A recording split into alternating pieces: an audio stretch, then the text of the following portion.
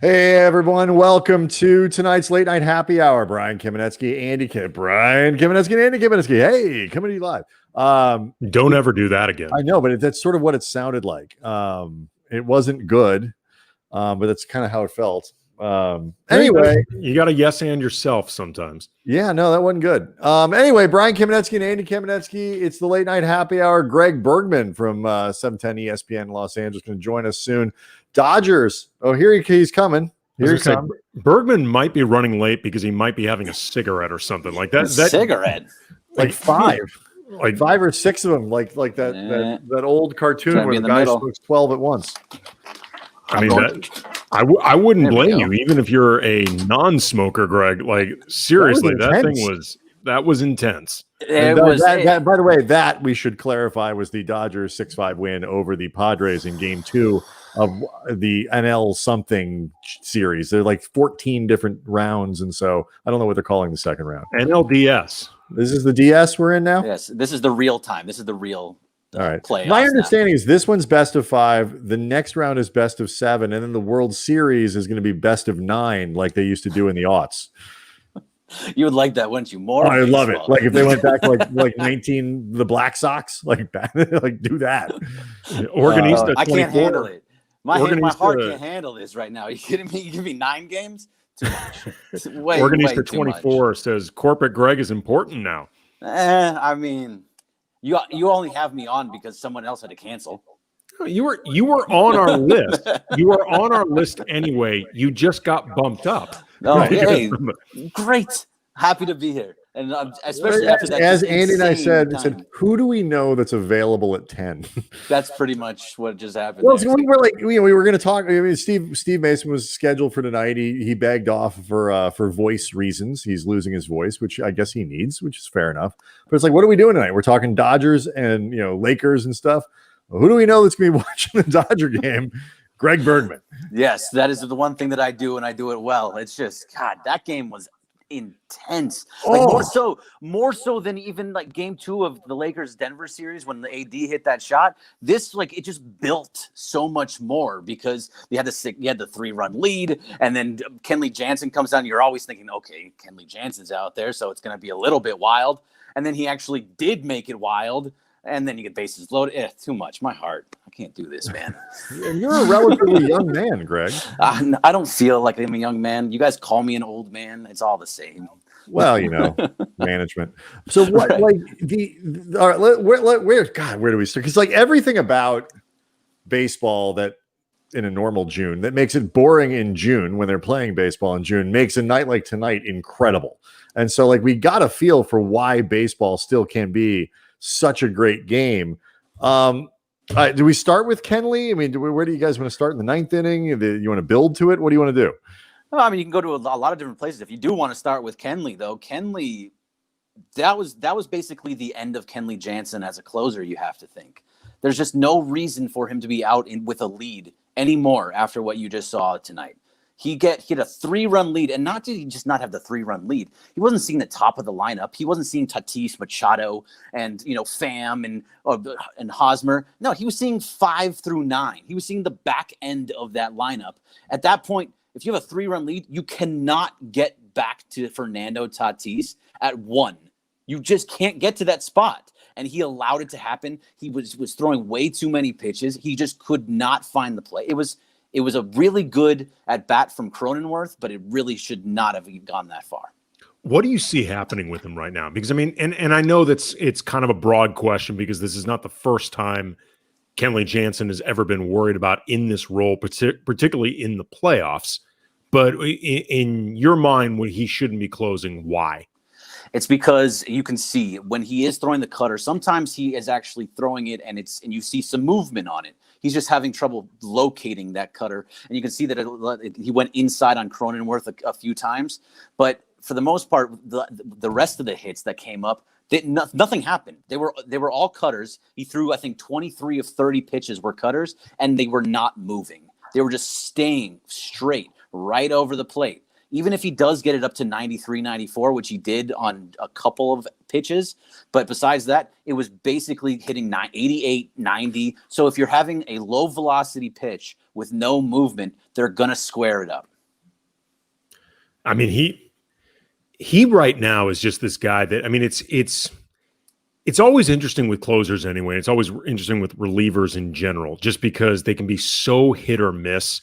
And, you bring in guys that you think are, they were nails the previous season and they end up not working for one particular year. But like Jansen's been this institution for the Dodgers for several seasons, but he's also this institution that I feel like nobody believes in anymore. Like he's like people when they give up religion or something. Right. I just don't think the only person in Los Angeles, actually there's two people. The two people that actually believe in Kenley Jansen as a closer right now, one is Dave Roberts and the other is Steve Mason. And those are the only two. I mean, Mace, sometimes I feel like Mace just has it. Boy, talk about broad statements. Sometimes I feel like Mace has a hard time engaging in reality. Like it's not always Mace's strong suit, identifying what's right in front of him and focusing and seeing it for what it is. But yeah, you're right. I mean, Roberts clearly still, if not believes in Jansen, doesn't believe enough in the guys behind him. But I mean, you see this all the time in sports, Greg. Managers or coaches, they always lean on the veterans, and in particular, the veterans that they know.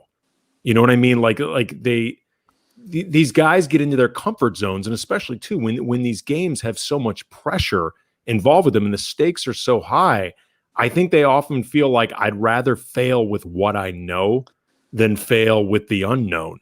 But Jansen's starting to toe that line of, man, I know what it is, and that's the problem. See, I feel like that argument that you're making is fair if this was 3 years ago. If this was 2018 and they were just playing the Astros, at which they did, and he gave up the home run to Marwin Gonzalez, then you're like, okay, you know him, he's been great. 2019, all right, you're still sticking with him because, okay, he's been great. But then when it starts happening again in 2019, and then now we're in 2020, and it's happening even more, and we've just seen it happen time and time and time again. And you have guys like Brusdar Graterol, who's throwing 100-mile-per-hour gas right down the pipe and like blowing guys away. Or you have Blake Trinan, who's now thrown in 2 straight games in the postseason where he's been fantastic. You have other guys that you can go to there, and Jansen does not have to be the guy. Think about this for tomorrow before you keep going. Tomorrow, you don't have to play any of those guys. Trinan's already gone through 2 days in a row. He's not going to play a third, but you have Dustin May that can pitch again. You still have Tony Gonsolin that can still pitch. You still have Julio Urias that hasn't pitched in this series. And then they have a ton of time off until Monday next week. If they make it through, those 3 guys can give you 9 innings. Yeah. I mean, it's funny. And where's the comment I saw right now? He's loyal to a fault. The kid from New York City saying he's loyal to a fault sometimes with Dave Roberts. Yeah. I mean, that's something you hear a lot about Dave Roberts is, and I think he is in a lot of really good ways a player's manager. And he's somebody that I think really understands his players. I think he's somebody that bothers to try to do that. And I think in the long run, that's good for a team. But in the short run, in the sort of like the individual moments, it can lead to maybe emotion getting the better of you, or just sort of like a connection getting the better of you. I'm not saying it should. I'm just saying it does. Right. And it's, so at least tonight, what he did was he took him out before it could get too far gone. So, I mean, that's something that wouldn't have happened in the past. And people like to talk about Kershaw, and I know I'm going to switch pitchers here on you, but people talk about Kershaw. Kershaw was actually good tonight, and he only let him go 6. He gave up the 2 home runs. They didn't bring him back out for the 7th. In years past, he probably allows him go for the 7th because he was still only around 75 to 80 pitches. So he could have gone longer in the past, but now you're starting to think, okay, I'm not going to bring him back. And that's something that Dave Roberts has changed in this next year, where hopefully he's going to go a little bit more by gut there. And Brian is having so many problems. Brian is really struggling right now with his internet.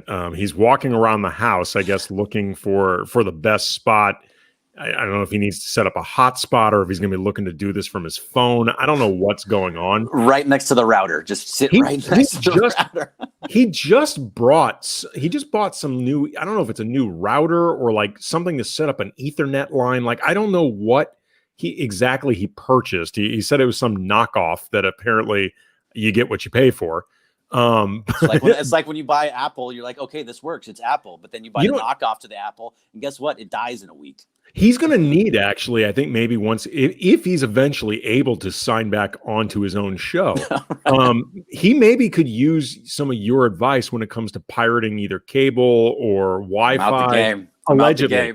You're out of the game? I'm out the game. Did you go legit? I went legit. I am fully legit. I pay for everything. I got Hulu. I got Netflix that I pay for. Prime Video. Give me all of it. I got all of it. I pay for Apple TV. Everything. I mean, were your daughters getting old enough to understand? Like, maybe a little bit. What brought on this change of heart that all of a sudden Greg Bergman's paying for his cable and Wi-Fi and all these different services? I like having kids and not being in jail. So, I don't think they throw you in jail I'd rather just not even find out. So that's what I went legit. I decided that it was the right way to go. I don't pirate anything anymore. But, if you need something, I might be able to help him out. Wow. Yeah. This is huge. It's big deal. This is the equivalent of, like the guy who does the 10-year stretch inside, then he gets out and he's offered, the opportunity for, one more score, but he's worried about going back inside. And he tells all of his former criminal cohorts, I can't do it, man. Can't do it. I'm staying on the straight and narrow. What if they throw in Quibi? Then would you steal it? What about free Quibi? Quibi is so weird. I still don't even understand it. Although there's a show that they're putting on there that's pretty cool. Like where if you turn your phone, it gives you a different view of what's happening. Like there's two people, and I don't know if there's a death or they're stuck in a car. But like if you turn your phone one way, you're seeing it from the perspective of one guy, and if you turn it the other way, you see it from the perspective of the other guy. It's very weird. It's actually kind of cool. I'm not going to watch it, but it's there. And understand why that service isn't taken off. with quality content like that, that's pretty cool though. Is it? I mean, it depends on how you look at it. I mean, like more specifically, it depends on if you look at it. Really. I mean, it looks all right on the commercials. Besides that, I'm not going any further than the commercial. Yeah. So I'll take you through what's going on here. I think this is an outage issue, like just flat out, like we've struggled all rolling day blackouts with with the fine folks at Spectrum providing reliable coverage. I'm actually connected now through an Ethernet cable. Wow. I gave up on wireless because we were having a little trouble with the wireless. I hooked up the Ethernet cable. Look. There's the Ethernet cable, goes all the way there into my computer, and it's literally just I'm not getting any internet. So I'm here on the phone, man. Well, at least you're here. That's all that matters. Because for a while you've been just in and out, dropping F-bombs. I don't know. Yeah, I thought maybe the knockoff. Told me you brought some new knockoff router or something. It's not a router. It's just a little adapter so I can plug more things into my computer and leave it. Because with the MacBooks now, you only get like 2 ports, and I got more things. I got to plug in. And so I tried this thing and it didn't work very well. Okay, there are a couple people right now throwing out different theories about why Bergman is finally paying for his cable and his internet and like all these which is the real one. Legal adult things. They're all sort of a different version of the same thing. Corporate Greg says Agach 1094 says Master Oak One Sausage Jeans is Corporate Greg now, so he's getting a bigger paycheck for all these things. I mean, I wish. You ain't down. Greg is making big money now. Greg is paid in title, not in money. I still don't pay for actual TV. I'm still on apps on Apple TV, so it's not like I'm I was just wondering if you paying for this stuff now was sort of like a low key flex. Like just letting people know now. Hey, Corporate Greg. I mean, if that is the biggest flex that I could possibly make, then yes. Real tomato ketchup, Eddie? I got real TV now. There's Jeremy F. Gray. He's a radio exec awash in cash. See, even they find it funny. Okay. The idea of Jansen not being that guy anymore, and I mean, I know I'm not confident with Joe Kelly cleaning up a mess. I put out a Twitter poll, Greg, at Cam Brothers. Bigger adventure, Kenley Jansen or Joe Kelly? I mean, it was close, but both. It was obviously got to be Jansen, though. What is now? You're I just mean in blurry. general. I don't know. Yeah, what is Brian doing? Now I'm inside some sort of fish tank. You're like in the Phantom Zone. What the hell's going on with you? Stop playing with the filters. Stop playing with the filters. I'm trying to do the thing where I get the bunny ears. Right. You're gonna have like a giraffe face coming up soon. From the something about joining this platform on a phone. It's from festival. the kid from NYC. Is Greg currently at his home in Thousand Oaks, or is Beach home in Malibu? I do think I can afford either one of those things. I'm out in Valley Village. Thanks a lot. I mean, nothing wrong with Valley Village. No, actually. I like it. Lovely community. Like Lovely community. Lovely area. Yes. They're both to me. Jansen and Kelly to me are both just totally scary adventures. If you went to someone like Gratterall or whoever, who would you choose? B, do you think Dave Roberts would make that kind of switch? And like, what do you think would convince him or sell him on any of these guys to actually be that closer? It's got to be Blake Trinan at this point. And I think if tonight didn't make it clear to him that it can't be against a real lineup, that it can't be either that it can't be Joe Kelly and it can't be Kenley Jansen, it has to be Blake Trinan. I think Brusdar Gratterall has a chance to be there, but it happens so much with baseball players too, is that they allow because Gratterall throws so hard that hitters can use that speed, that velocity against them. And that's exactly what Tatis did, where he went off of the speed that Gratterall was using. That's why he hit it out of a park that basically nobody can hit home runs in at this point is what it feels like. So, and especially to dead center like that. So those types of things can actually be used against you, where Blake Trinan throws a lot of gas. He throws 99 miles an hour, but he can also change up speeds, and Brusdar Gratterall really only has the one pitch for the most part. So I think I trust Trinan more in that situation. Like, and he's done it. Yeah, I mean, he's been effective. He's also been ineffective. But like, this is the thing. It's like the Dodgers the last couple of years have been like the old Florida State programs with Scott Bentley, where everything is incredible except for that one little thing at the end. They couldn't find a kicker. And now the Dodgers are still worried about what happens in the ninth inning. And it's just sad because, the Kenley was throwing well for most of the year. I mean, statistically at least. And then it just kind of went away. And nobody's scared of him anymore, which I think is part of the problem. Right. No, nobody is scared of him, and they know exactly what he's going to throw. They know where he's going to throw it.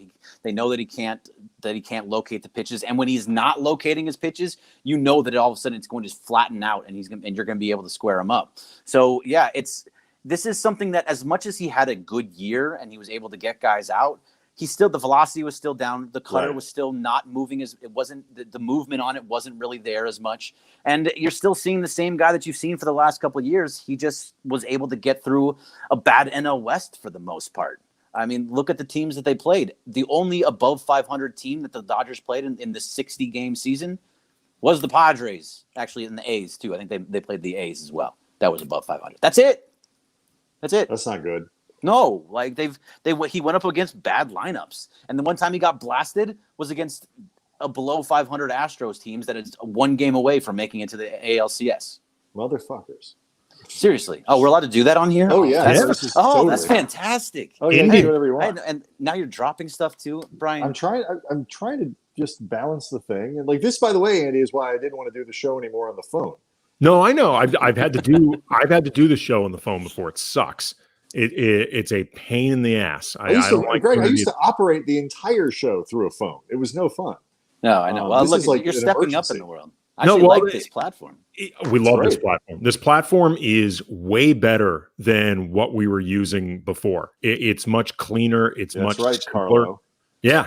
I mean, in fairness, it was also the other platform was a little easier when we had Carlo helping us out with it. Like, especially if you have to do the thing yourself, indie as it were. We're a this is way better. DIY kind of crew. Can we talk a little bit though about the catch that, if we haven't yet? I mean, I realized there was like a 14-minute portion of the show that I missed. The play that Bellinger made in center. Like what really was amazing to me about that is it didn't look like he thought it was that hard. No, it looked easy. It was like he just jumped up and was like, okay, I got it. It actually landed perfectly in his glove right at the top of the wall. And it just looked like it was just a normal everyday catch. It was like getting a glass off a shelf. It was not complicated. No, but he was super excited about it. Can we talk a little bit about what happened after that though? Oh yeah. With Manny Machado? Like, come on. All right. First of all, Manny, blowing a bubble down as you're running up first baseline, not hustling down the line. You're going to give crap in a game that when you hit a home run in a way that this is what happens in a game, in a home run that really doesn't matter at the time when it was, you made it from 4-1 to 4-2. Like it didn't make that much of a difference. I mean, in fairness, I think any home run in the playoffs matters. Right. And all he did, Greg, was look at his friends in the dugout and say, "Come on, chums, let's get going," and throw his bat at them as hard as he possibly could. He was excited. Yeah, that was a bat flip. That was like a bat flip's bat flip. That was a real deal. That was a bat throw. But also, in fairness, that was. I mean, I was looking because every time Kershaw starts giving up home runs, I'm always like, "What's going on here?" That was the pitch that Machado hit out was actually further out of the strike zone than the one that Bellinger hit out. And Bellinger hit that one out on a knee. So right, I mean, that was Adrian Beltre. Yeah, I mean, the ball Machado hit out was a good pitch. I'd be excited too. Yeah, I have no problem with how Kershaw pitched that. That was a beautiful pitch. He just went down and got it and had enough on it that he was able to hit it out of the park.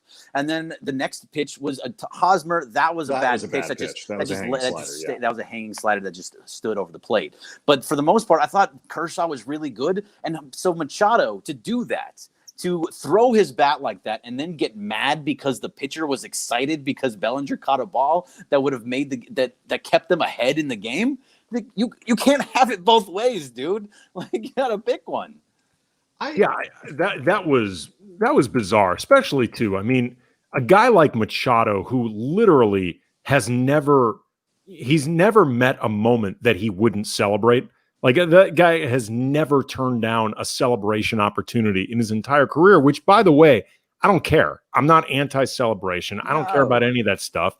You want to celebrate. That, I think he could maybe pull off some of the celebration stuff if he was bigger on always running to first base. But whatever. He's not Johnny Hustle, Andy. He's not Johnny Hustle. But if he wants to be more Johnny Celebration than Johnny Hustle, I mean, fine, whatever. I honestly, I don't care. But the idea that you're going to get so bent out of shape because Gratterall throws his hat after you literally tossed a bat, tossed the thing, you could have hurt somebody. Well, if there was anybody there. Yeah, could you imagine Tatis was in the dugout and he threw his bat like that and it hit Tatis, and he was out of the series or something like that? It was a dangerous throw what he did. It was like a full on grabbing it by the handle and tossing it like a knife at a bar. Plus, he's sharp. A knife at a. I'm sorry, an axe, at those axe bars. You know what I'm talking about when he's trying to hit the... I mean, what places are you hanging out at, Bergman? You've never been to the axe? You've seen those axe throwing. That's a real thing. That's a thing. The axe throwing bar. The axe throwing. No, I meant the knife throwing. Yeah, I know. That's a little more unorthodox. I'm corporate now. I get my jollies elsewhere now. What do you want me to do? This is how you stay rooted with who you were before the big promotion. I don't go out and try and rob people. I just go to bars and throw knives. You've changed, Greg. All your old friends are like, man, you've changed. When you go to your knife throwing bar, Greg, and it's your turn, do you tend to be more of a switchblade guy or a stiletto? No, butterfly knife. I'm all about the butterfly knife. You got to have the full movement with the hand on the butterfly knife, and you click it on the bottom, and then you toss it. But how do you do that though in one fluid motion? Because you got to get the click, and get it put together. Because otherwise, it's just going to spin, willy nilly. How do you do that in one swift motion? It's all on the wrist. Did you have a butterfly knife phase? When I was a kid. Yeah, Andy, you had one of those. Oh, yeah. Who didn't? I thought that was a thing. I was like, no. I had a butterfly knife. I had a stiletto. I actually had a stiletto taken from me by the police. Although it wasn't directly taken from me, it was taken from a friend of mine who actually took it from me.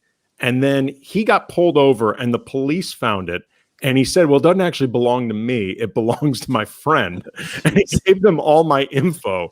So I end up getting a call from our suburbs police department asking if I wanted to go claim my stiletto, which I said, no, it's okay. You can keep it. Yeah, I went, there used to be a swap meet out here in the valley. It was off of, I think it was like DeSoto or Winnetka in like Victory, somewhere around there. And they used to sell butterfly knives. And me and my friends were, probably like 13 years old. I'm like, yeah, can we buy that butterfly knife? And they're like, yeah, sure. Here you go. Because they didn't care. It was a swap meet. So I went home and I was sitting there playing with the butterfly knife. Yeah, that was a thing. Mastering that thing was great. That was a great feeling.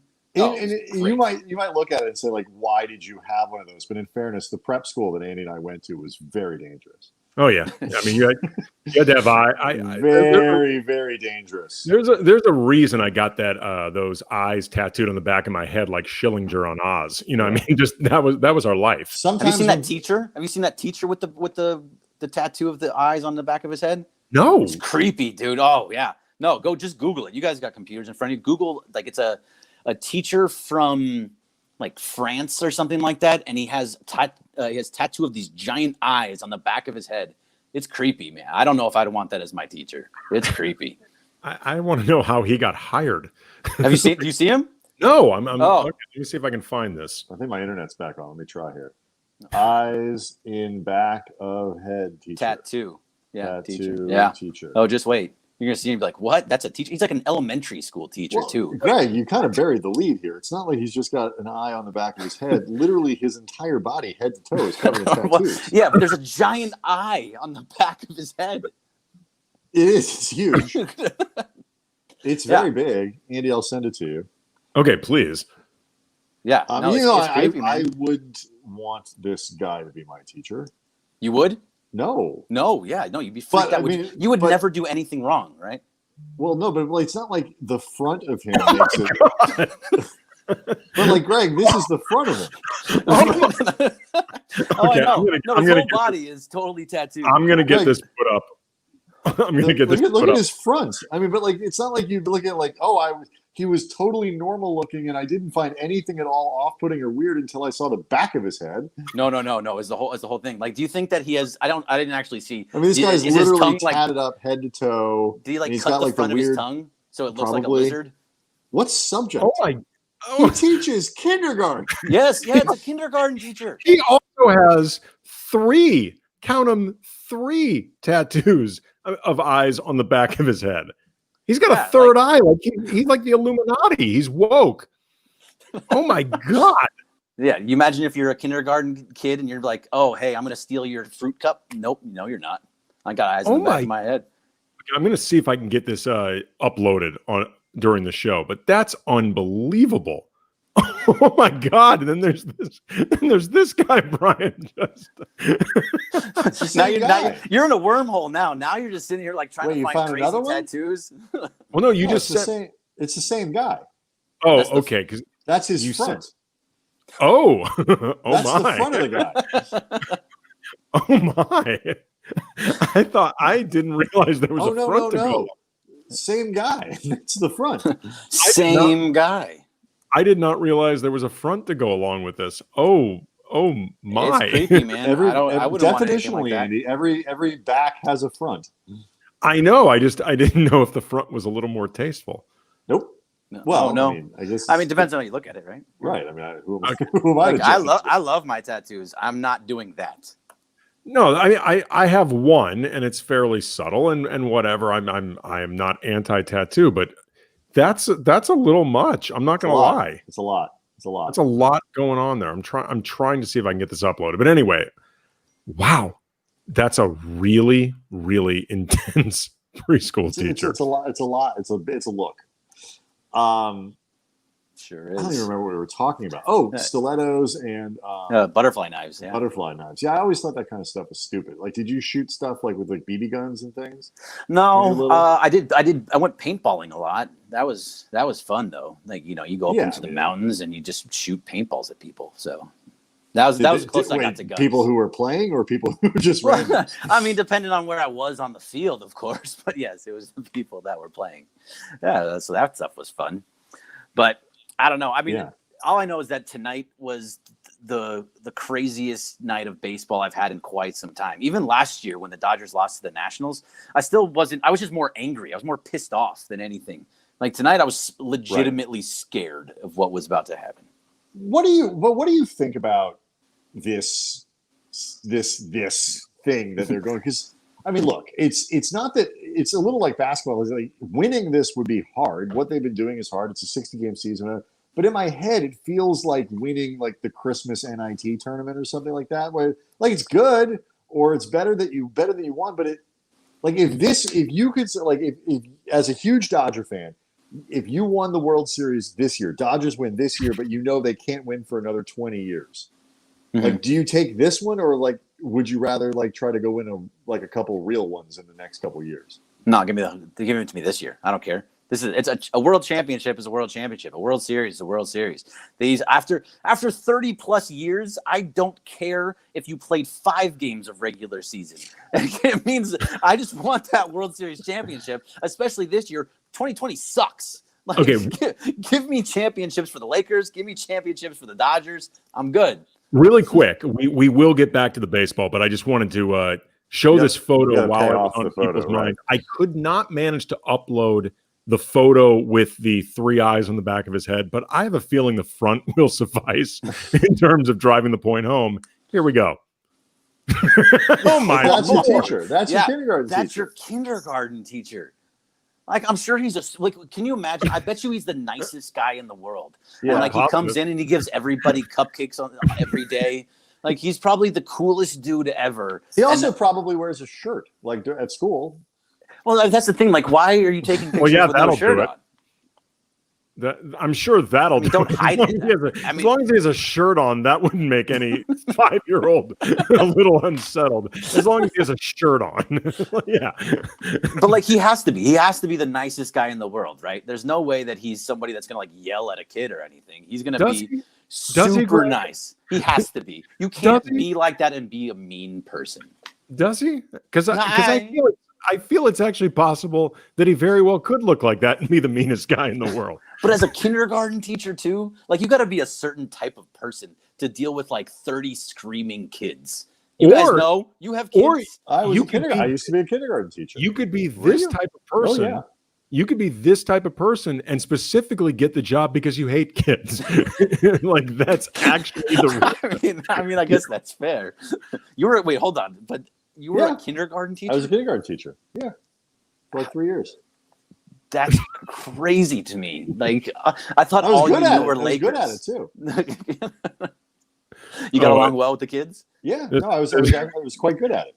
If I wasn't so shallow and I needed all the money that comes with being a journalist and radio personality, I would have stuck with it. Yeah, that's much more fulfilling. That's how little teachers make. What I do now is far more lucrative. Go to school, kids. Exactly. Get a real job. Hire this guy for the Sedano show.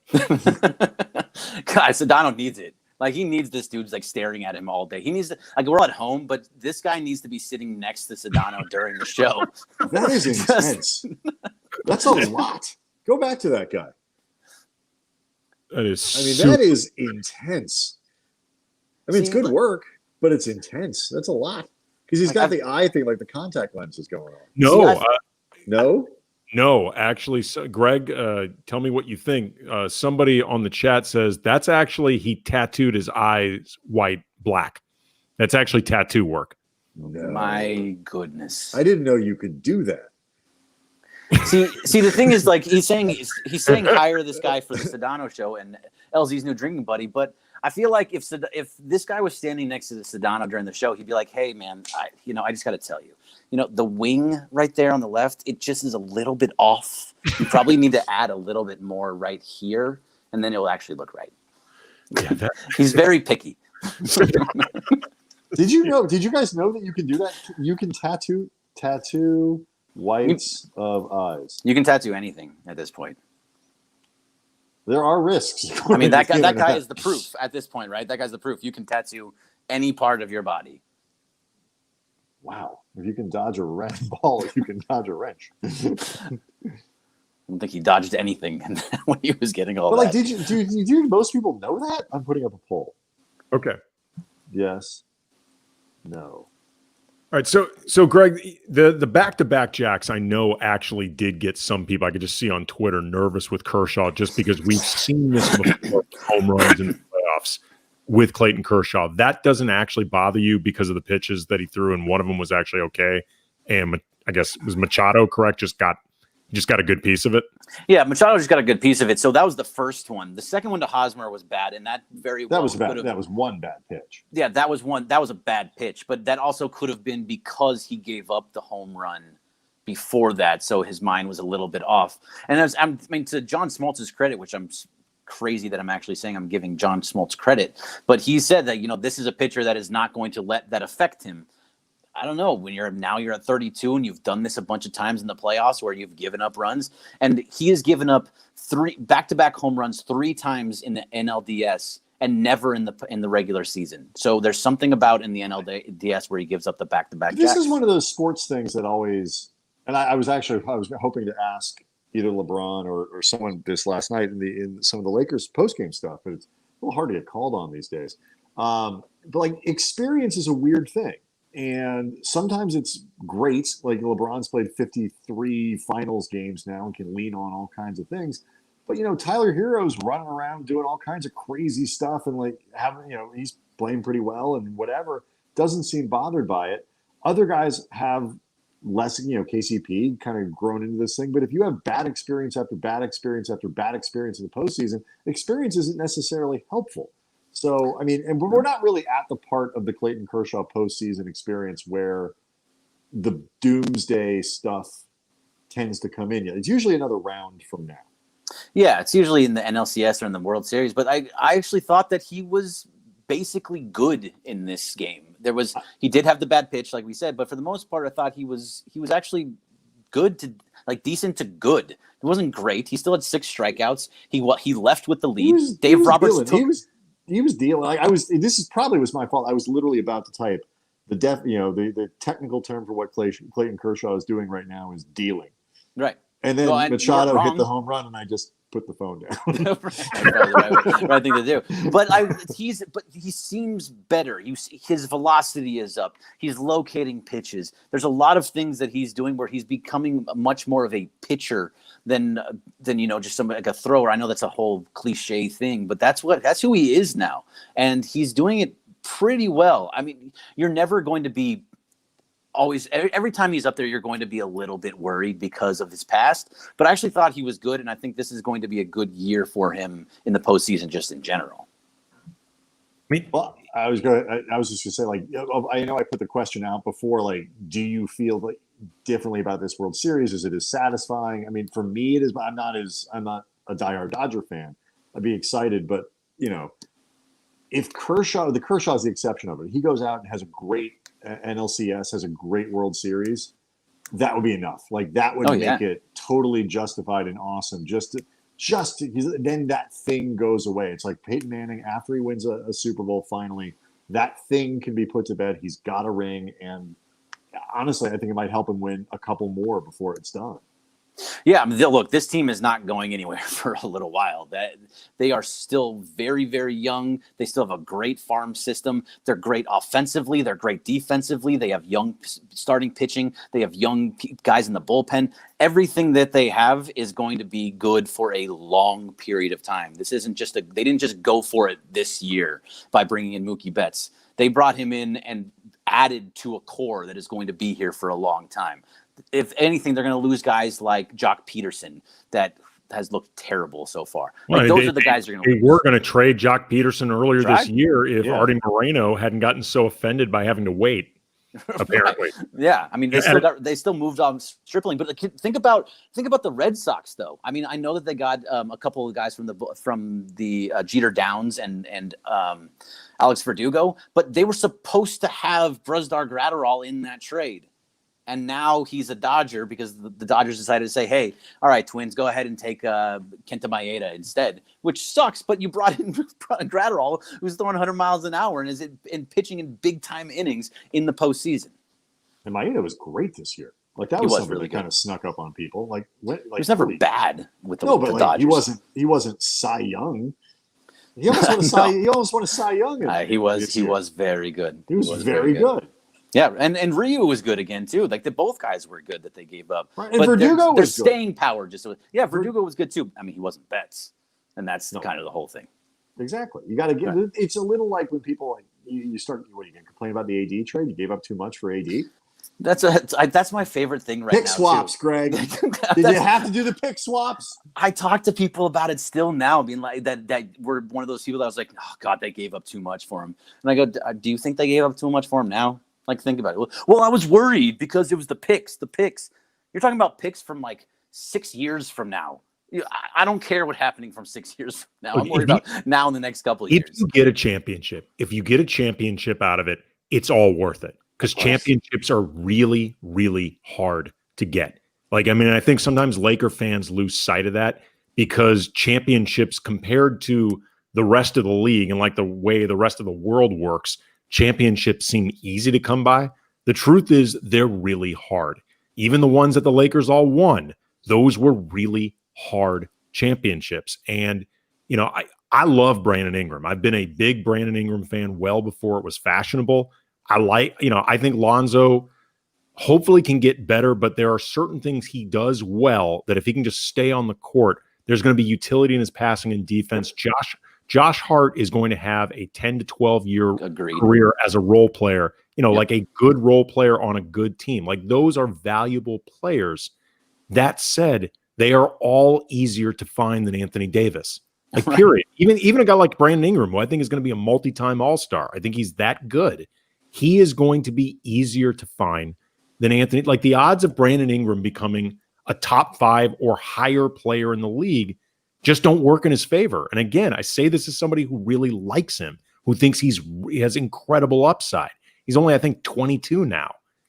But the odds still don't favor him becoming Anthony Davis. And even if he does, he wouldn't become Anthony Davis as quick as Anthony Davis became Anthony Davis. Already, as you know, Anthony Davis. Right.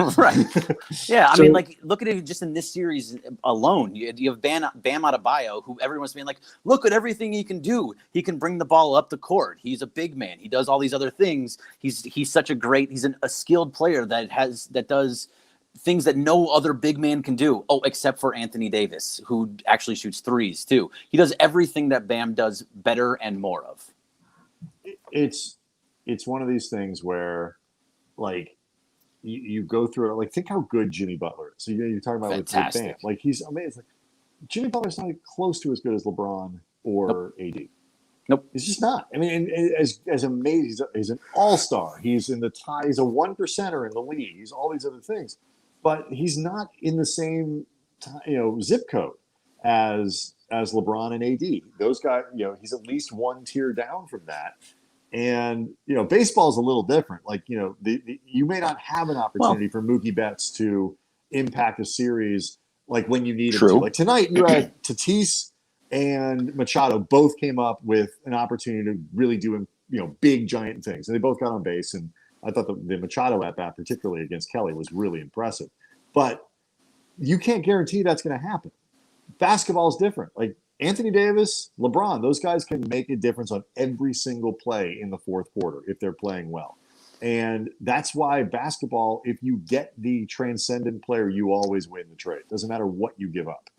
Oh, I totally agree with you. The only thing that I can maybe compare the two when it comes to baseball and basketball, the Heat and the Padres are both the same in that they're both 1 year too early from where they're supposed to be. Mm-hmm. Like the Padres have a very good offense. They're patient. They don't have the pitching that they probably need, especially with Lamet and Clevenger both being out of this series now. But they were always still 1 year too early. Next year they're going to be scary. But I think this is this exact same thing with the Miami Heat. Miami Heat are a really good team. They're really young. They're 1 year too early. They got to the finals, but it was still just a little bit too early because they ran into a team that was just far and away better than them at basically everything. Besides 3-point shooting. Right. But like the Lakers are going to, I think, win on Friday. If they're not, I would think so. They'll probably win on Sunday. They're going to go through this this postseason 16-4. Right. Like One game. I mean, I know Lakers Twitter Day was freaking out over the column that Chris Mannix wrote about, kind of not seeing this coming and all that. And, and I think there was probably maybe a little too much defense of not adjusting your thing, whatever it is. But like people are like acting like the Lakers were just this sure thing all the way through the year and were being ignored. Like nobody was respecting them. Nobody was giving them their due and all this stuff. They're leaning a little too heavily into the we believe thing. Like, but I don't think anybody is as good as people thought they thought they'd roll 16-4 potentially through the playoffs. No, I mean, unless you were a Laker fan, we all thought that, yes, that was exactly how they were. They were supposed to be at the beginning of the year far and away better than everyone. The Chris Mannix thing is just funny because he, at the beginning of the year, was on Dan Patrick's show saying that it was a better chance that Lakers would miss the playoffs than win the finals. So that's why that all became But if you actually listen, I actually went and listened to the segment today. And what he was basically trying to say was, you went down the rabbit hole of this today. Well, I did it out of defense of what we do for a living, because people are calling like Jackie Mack like trolls and this and that. Like, I'm like, these are people who take their jobs very seriously. Whatever. You pick and choose, right? Right. Especially like sometimes you argue with people. For the record, I've never worked that hard to defend what we do for a living, like ever. It's just never been worth it to me. I don't care. But either way, it's like, like what he was basically trying to say, and I think I agree with him in principle, was at the time, especially, like you go back a year, they had their third choice as coach. Everyone thought Jason Kidd was going to stab him in the back, a week into the season. I thought nobody bought, not nobody. I actually was very optimistic about Dwight Howard, but a lot of people didn't buy into Dwight Howard. There were huge questions about the bench. Rondo coming back as like your backup point guard after one of the statistically worst seasons anybody's had ever. Like, terrible. There was a lot of reason. And what Mannix was basically saying was that there were more ways for this to go wrong than there were for the ways for it to go right, with this sort of narrow channel where you go where right means win a title. Because what Andy's saying, winning a title requires so many things to line up and go well. And as it turned out, the basic formula of Anthony Davis and LeBron James are both going to elevate, and AD's going to be arguably the best player in basketball during the finals, even better than LeBron maybe. And you get a little bit lucky with the way that some of the pieces fit together, and then some really good management to go along with it. It wasn't ordained, because this shit is hard and it can go wrong. And LeBron was coming off an injury and all this other stuff. And people just freak out because it's like, poor Lakers fans are being picked on by everyone. Nobody ever believes in the Lakers. Like, it's also tough when you sit and you listen. And I'm not justifying anything. I'm just saying that, like, how's your feud going with Mannix? I actually produced Chris Mannix at NBC Sports Radio. So who haven't you produced, by the way? You've produced everybody. I mean, if you want to be so honest, Greg, he wakes up in the morning and rolls out of bed and says, "How can I express my Lakers hate today?" Like, that's what he does. Well, he's from Boston. He's got that Boston feel to him. But like, the thing is, like, there was a lot of people that said it, and maybe it was just a troll, or maybe it was whatever it happened to be. But they were saying Portland is going to run right through the Lakers. They are so much better. One person said that, right? Charles Barkley. Well, Charles Barkley. No, Charles. All you heard was Charles Barkley. One person. No, there was plenty of people. I sat on with Sedano and listened to them say, like, "Oh, look at this team." No, everybody thought Portland would be a really hard 8 seed.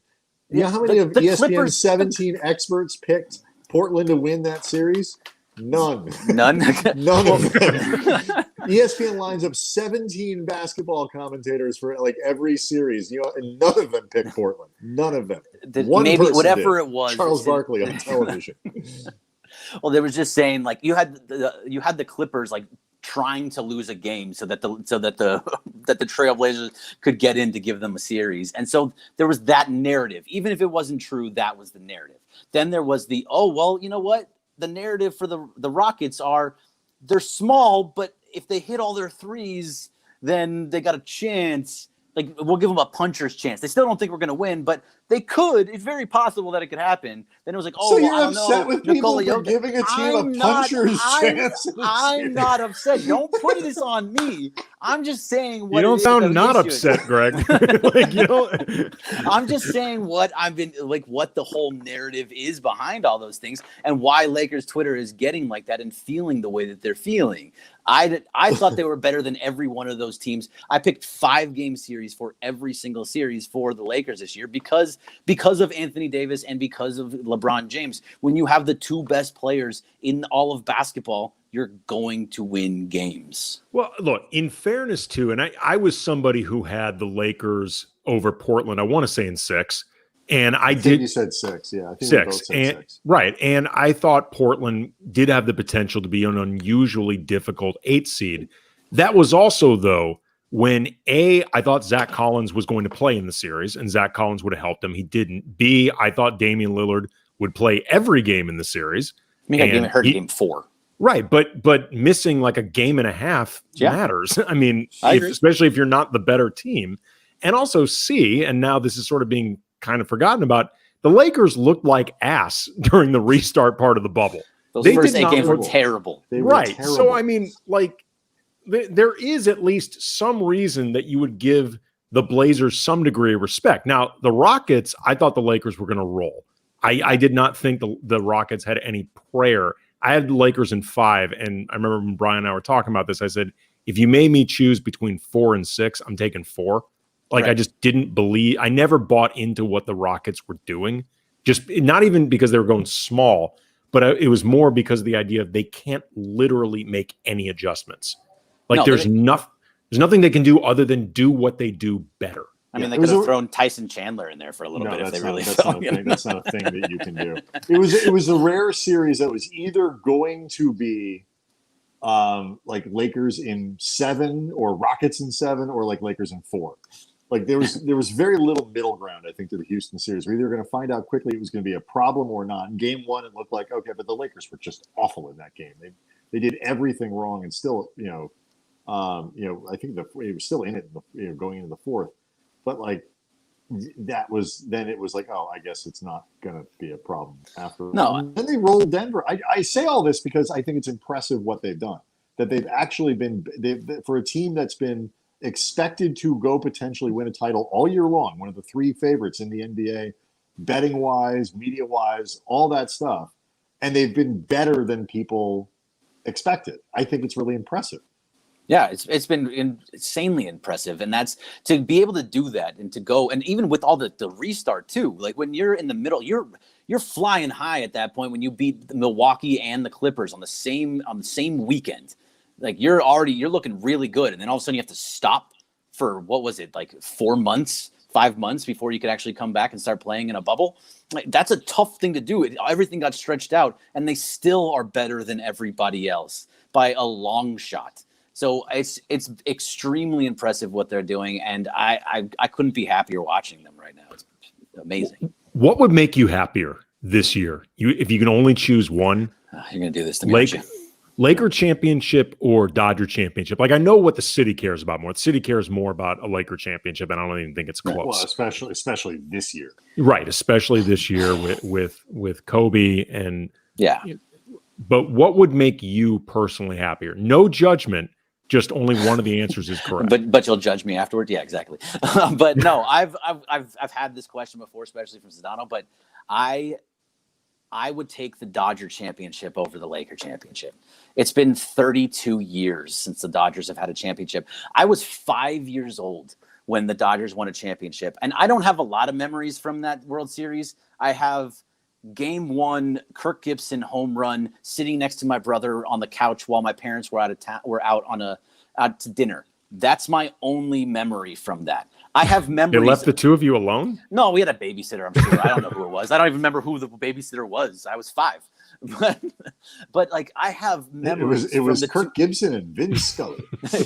Hey, that's all I need. Listen to Uncle Vin. We'll be back in a couple hours. And a TV dinner. Let's get back to this one. But then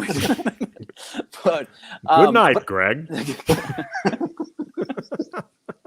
But I have memories of the 2000, 2001, 2002. I just picture your parents like all right, cutting up you don't want to Vin hear what I say Scully anymore. tape, trying to like Wait, that wasn't a person in our house? That was just a recording? Good night, Greg. It would have worked. Great I don't sleep. care. That absolutely would have worked on me. I would have been out like a light. Did you finish your homework, Greg? Sorry, Vin. Hold on. I just have a couple more math problems. Jeez. But like, so for the Lakers, though, I have memories. I'm going right to my own thing. 2000, 2001, 2002, I have memories of those Laker championships. 2009, 2010, I have memories of those Laker championships. I can remember things from those. You didn't even need a babysitter at that point. No, I was old enough that I didn't. Oddly, still had one. Right. You know, I can't be trusted. I had butterfly knives, remember? But I don't have Dodger memories of a World Series. I need those. So, yes, the answer is I'm taking the Dodgers over the Lakers. Do you think Los Angeles celebrates responsibly after the Lakers win Absolutely not. Absolutely not. There's zero chance that people are going to be all over Figueroa, all over Staples Center. I mean, they're going to do whatever they can to block Chick Hearn and all that kind of stuff. But there's going to be people up and down Olympic, Figueroa. They're going to be all over the place. And this guy. So you're going to be right there in your house watching on Zoom. So basically what you're saying is Lakers winning a championship, awesome for Laker fans, terrible for those of us who would like quarantine to end.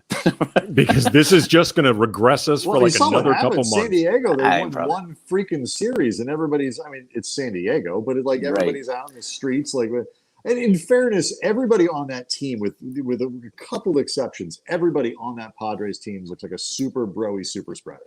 No, they all look like that.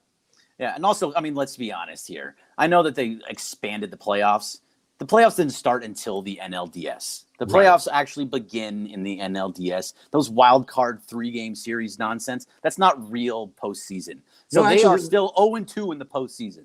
The first round was, I believe, just a series of Pokemon battles between each team. We can all agree, by the way, Manny Machado, he doesn't wear a mask. That guy doesn't wear a mask anywhere. You think Mike Clevenger is wearing a mask anywhere? No, get out of here. Fernando Tatis doesn't even know what a mask is. There's just zero chance anybody there does. I look at every single member of that roster. They all look exactly the same, and they all look like super spreaders. Yeah, Will Myers is the guy in your high school that everybody hated. I love this. I love chapped Bergman. I love this. I love it. You're swept up in the Gratterall Machado rivalry. Hey, it's a great rivalry. A rivalry as old as 3 hours ago. Well, what's funny too is like America, I think, loves the Padres. Like they're a fun team to kind of be young, and Tatis is awesome. Machado is kind of but Tatis is really fun. Tatis is a fantastic ball player. I have nothing bad to say about him. He was really, really good this year. He also has one hit in this series, and it was his first at bat. Really quick before we got a game, Greg. Game. Right. Yeah. We got a game to play tonight, and it's actually in your honor. Boy. Do you think there's any way that they can do anything resembling a parade? Like, obviously, you can't do a traditional parade. Like, the idea we had with Lana Berry, I think is actually a really good idea. Like, you find some big open space, like, the Dodgers, for example, if they end up winning the championship, like, the Dodger Stadium parking lot, it's massive. And you put all the players in different stations around the Dodger Station parking lot, and you have people just drive by. You basically drive by them. Yeah, it becomes like a theme park ride. Like it's like a Christmas parade, like a Christmas light parade. Yes, but it's the reverse. Exactly. Are they gonna have blinking lights on them while they're sitting there too? So no, I mean Justin Turner, blinking lights. Turner, JT. That's fine. Like he could be like on a big stage with a super soaker, like on the fans. Like I think it'd be fun. They're safe. We drive by them. You cannot get out of your car. Nope. Oh boy.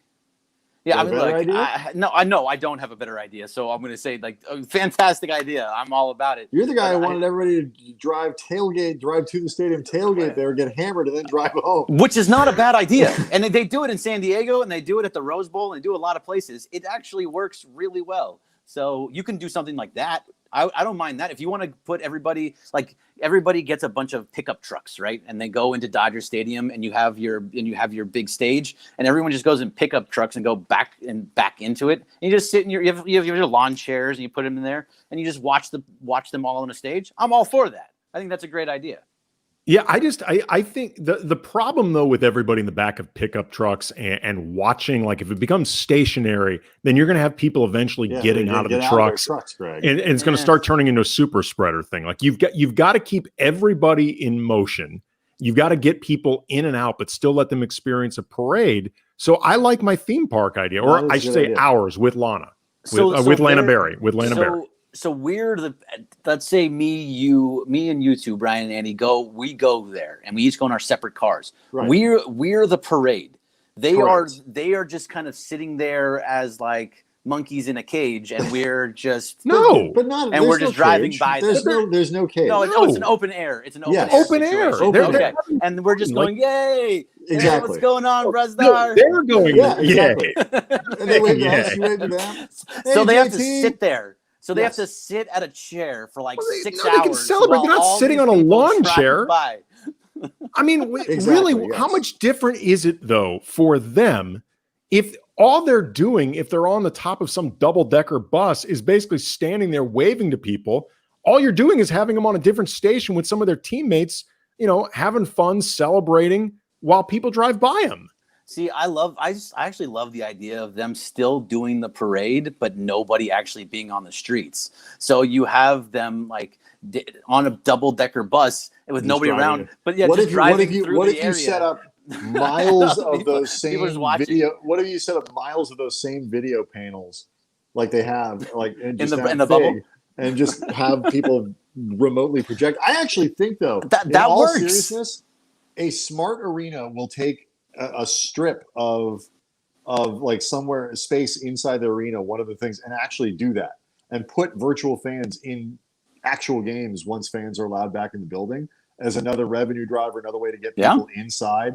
Like that stuff, I think they'll figure out ways to keep that going because that's kind of cool. Yeah, people like that. Yeah, no, it's not cool. Like so let's say the Dodgers win the World Series, they can have a parade, but you can buy a spot on the parade route and put up a cardboard cutout. Like they do at the that's not a terrible idea either. And so at least they see people that they would normally see. Yeah, let's be honest, it's gonna be a shit show. It's complete shit show, and all of it. There's like the whole parade idea. No matter if you come up with the greatest idea ever, it's still not going to work, and it's still silly. Like, do we need the parade? Is what I'm probably getting at here. I don't think so. I don't think so either. Like, it's great. It's fun when you're allowed to be outside like that, but we're not. We're seeing the championship anyway. That's all I need. That's all that matters. Yep. They got to win, though. They do.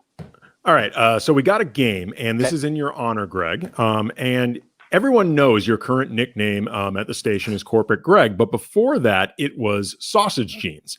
And I could not come up with a game involving corporate or corporations or anything like that. So I came up with a game involving sausage. Because it just ended up easier. Oh boy. So there's a quiz for both of you guys. They're either going to be multiple choice questions or true false. There's no your name is your buzzer. Okay. Each of you get an opportunity to answer these questions involving sausages on some level. To begin, Daddy, would you like some sausage? The etymology of the word sausage is English, Latin, German, or French. Brian goes first. Are you writing? Are you checking Twitter? No. You're checking. I will say Latin. I'm going to say German. The answer is Latin. The word sausage originally was used in English in the 15th century for sausage, and that word came from Old North French sausage, but that French word actually came from the Latin salsica or salsicus, meaning seasoned with salt. That's so right. 1 point for Brian. I remember Mr. Stewart teaching us that. The English sausage got the nickname banger because during a war, during meats, and there were meat shortages involving in sausages being made with a number of fillers, including water. It caused them to explode.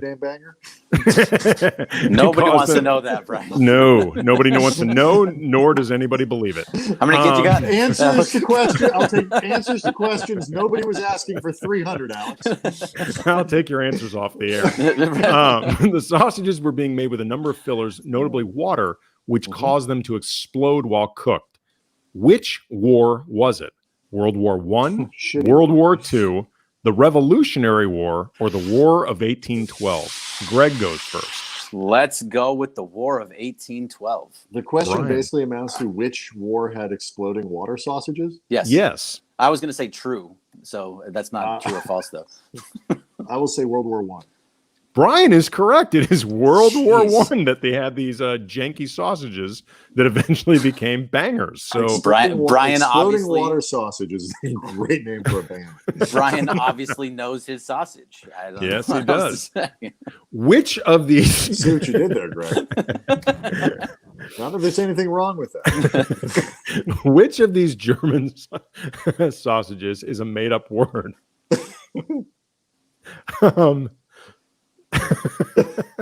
I like when Andy writes a question he finds so funny he can't even read it. No, I'm looking. So this one's not it because he obviously made this word up. No, no. The problem is one of them is there's a few that are real, and I'm actually worried that I can't pronounce them. Jagdwurst, Krankhanchen, Bier, Schinken, Zigeunerwurst. Do that last one again. Zigeunerwurst. Zigeunerwurst. Is that the end? No, that's actually pretty good. Zigeunerwurst. I'm going with. Oh, there's more. No. I'm just saying them one more time. Zigeunerwurst, Bier Schinken, Krankhanchen, Jagdwurst. One of those is a made-up word. The Zigeunerwurst. Okay. It was the third one that you said in that last one. Not the beer one. Krankhanchen? Yeah, Krankhanchen. Greg is correct. Yeah. Krankhanchen is the made-up word that actually translates to sick chicken. Do you have some German? Do you guys have German in you? Because that's actually a really good German accent. I took German in high school. Oh, so I guess that's where I learned some of it. But there you then go. How can you not say Kirschken? Which was the first year that McDonald's put sausage on the breakfast menu? 1975, 1977, 1979, or 1981? Greg goes first. 1979. Brian.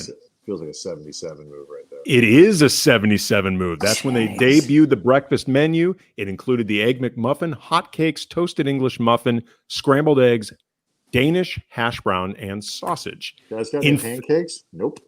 In Fast Times at Ridgemont High, when Spicoli orders a pizza to Mr. Hand's class, was it a double cheese and sausage or a double sausage and cheese? Brian goes first. Oh, jeez. I think it was double sausage and cheese. I think Brian's right. I'm trying to bring in my inner Spicoli. It's double sausage and cheese. Oh, you're both incorrect. It's double cheese and sausage.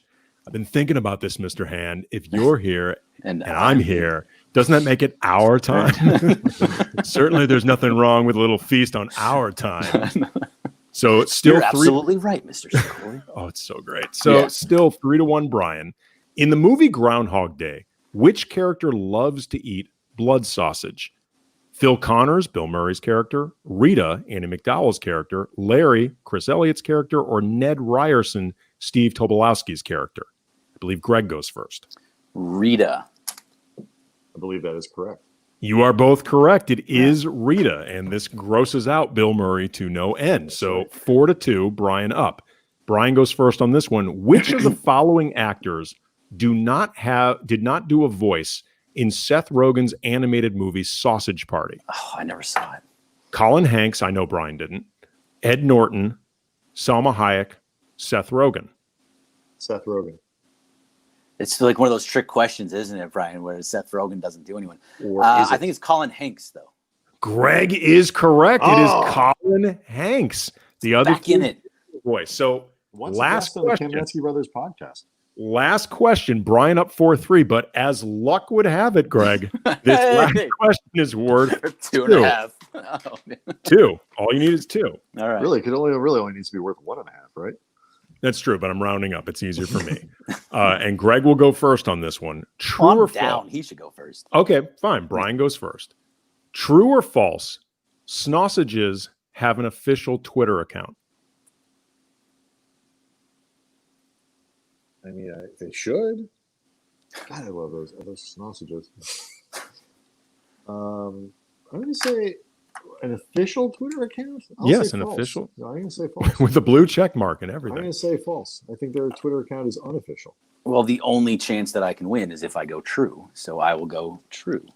It is unfortunately false. However, That's though, garbage. Sausages do have a Facebook page if you're looking to get involved with these Sausages on social. So Brian wins 6-3, but Sausage Congratulations. Team, it was a good game. Do you guys remember Frugenglage? What was that? Frugenglage? like the fancy ice cream from back in the day? It was like a big deal. Anyway. Ambrose doing the old hustle game on Bergman. From the kid from New York City. It was rigged, Bergman. Yeah, absolutely. It was rigged. You guys knew about it all beforehand. Brian actually... Just like the election, Greg. Did you see the fly, by the way, tonight? Everybody did, right? That was the best thing that happened. Let me ask you a question. Wasn't it? If do you think there is a length of time that the fly could have been on Mike Pence's head before Kamala Harris would have said, Mike, there's a fly in your head? No, absolutely not. Never. She was. Why would she ever say? I think she would have let that thing stay there forever for 2 reasons. First of all, I'm fairly sure she thinks he's an asshole. Second of all, once a fly lands on Mike Pence's head, literally nothing else that happens during the debate matters anymore, because all people are going to talk about, and that's true if you look at social media, is that there was a fly on Mike Pence's head, and that's it. I thought, honestly, I was like, oh, there's a fly on my TV, and I was getting ready to go try to flick it, and then the fly kept moving, and I was like, no, it's on his head.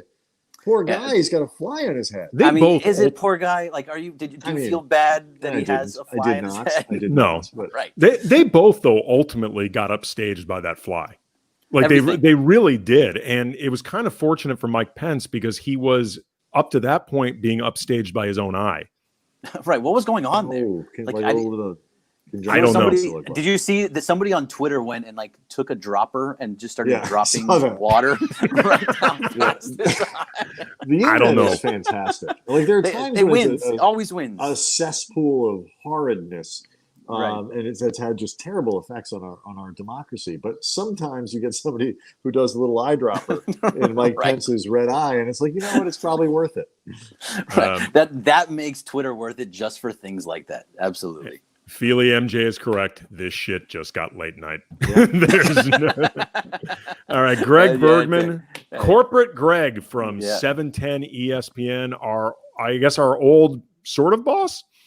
Yeah, more Amanda probably, but sure, maybe. No, this was fun, really. Man. Yeah, it was a lot of fun. Thanks, this was a lot of fun, man. It was great to do this. We enjoyed it, and you can let. You have to do all the stuff because I can't see anything. you can let Mace know that you beat him to the show. Yeah, and I also I got to 3 times before Mason did. So that is true. You did get to 3 times, so you've got that hanging over Mace, and you may have noticed he's got a long memory. So appreciate the time, man. Who we got tomorrow, Brian? Waz. Big Waz, Wozni Lambrey from The Athletic. We're going to obviously get into a lot of NBA, a lot of pop culture. Waz is awesome. He's hilarious. He's smart. You definitely want to be there. Friday, fingers crossed, we're going to have Clinton Yates. And then on Monday, Zach Schwartz from the Dunk Bait podcast, which is hilarious on Yahoo with Josiah Johnson and LeJethro Jenkins. Both of whom have been on a few times. Keep an eye on next week, too. Gustavo Arellano is going to come on. We're talk about voting and tortillas. We're hoping we're going to do a tasting. Yes. Oh, wow, that's cool. They got a tournament. He's got a tournament going on with KCRW, the big yearly annual tournament now in tortillas. And so we're going to get him on talking about that. It's going to be a lot of fun. That's cool. Josiah Johnson, by the way, was really good. Again, he's always awesome. He's the best. There's a great feature about him on The Undefeated. If you missed it, we retweeted it a couple times, but go check it out if you missed Yeah, it. we would have Josiah and LeJethro on every single night if they would be so kind, which they're not, and I don't blame them. But anyway, we'll see everyone tomorrow with Wozni Lambrey. I appreciate y'all being here. Dank u Nederland.